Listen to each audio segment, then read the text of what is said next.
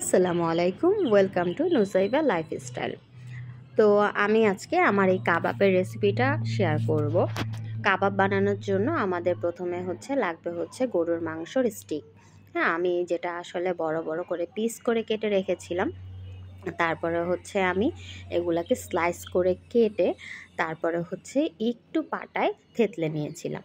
কারণ আপনি যত বেশি নরম হবে তত বেশি মশলাগুলো ভিতরে ঢুকবে। তো আমি আসলে শিলপাটায় অনেক ভালো মতো থেতলে নিয়ে কেচি দিয়ে এটাকে স্লাইস করে পার্ট টু পার্ট কেটে নিয়েছি। তো আপনাদের যেভাবে সুবিধা হবে আপনারা সেটাই করবেন।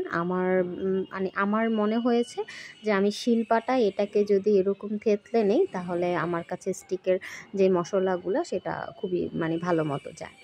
তো এই তো তারপর আমি একটু আদা পেস্ট করে নিচ্ছিলাম, কারণ গরুর মাংসতে সবসময় আদাটা বেশি লাগে। তো আদা পেস্ট করার পরে যেহেতু আমার কাছে আদা আর রসুন মিক্সটা একসাথেই ছিল, তারপরে আমি এখানে একটু বেটে নিয়েছি।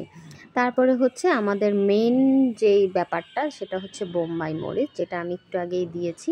তো বোম্বাই মরিচটা দেওয়ার এটাই কারণ যে বোম্বাই মরিচের একটা অনেক ভালো ফ্লেভার আসে, আর আপনি সেই ফ্লেভারটায় খুবই খুবই মজা লাগে। তো এই তো আমি আসলে তান্দুরির যে মশলাটা ছিল, তারপরে আমার কাছে 22 পদের একটা মাংসের মিক্স মশলা আছে, সেগুলো একসাথে পেস্টটা করে আমি পুরো এপিট ওপিট ভালো মতো করে মাখিয়ে নিচ্ছি। স্টিকটা আপনি যত বেশি মশলা দিয়ে রেস্টে রাখবেন তত বেশি ভালো হয়। এটা আসলে আমি যতবার বানিয়েছি অতবার আমার মনে হয়েছে। তো এপিট আমি অনেক ভালো মতো মশলাটা মাখিয়ে প্রায় 1-1.5 ঘন্টার মতো রেখে দিয়েছিলাম। তো তারপরে আমি উপরে একটু কর্নফ্লাওয়ার দিচ্ছি, কারণ আপনি কর্নফ্লাওয়ারটা দেওয়ার ফলে কি হয়, মশলাগুলো আর তেলের সাথে চলে যায় না। এটা একটা আসলে টিপস, আমি এটা করে দেখেছি। তারপরে এই তো আমি ডো করে রেখেছিলাম, এখন লুচি বানিয়ে নিচ্ছি। তো যেহেতু আমি অনেকগুলো লুচি বানিয়েছি, সব তো দেখানো সম্ভব না। তো লুচিগুলো এখন ঝটপট করে পাশেই ভেজে নেব।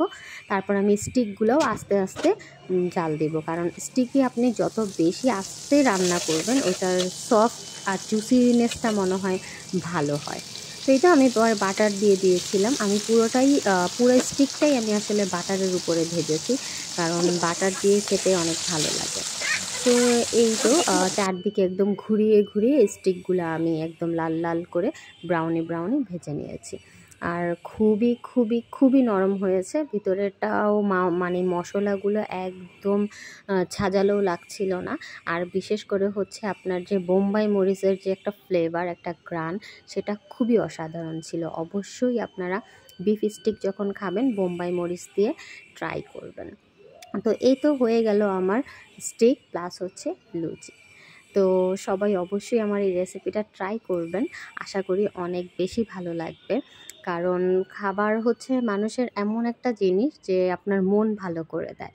তো আমি আসলে হুটহাট করেই এরকম রান্না করি, আর আমার বেশিরভাগ হুটহাট রান্নাটাই হয় রাতে।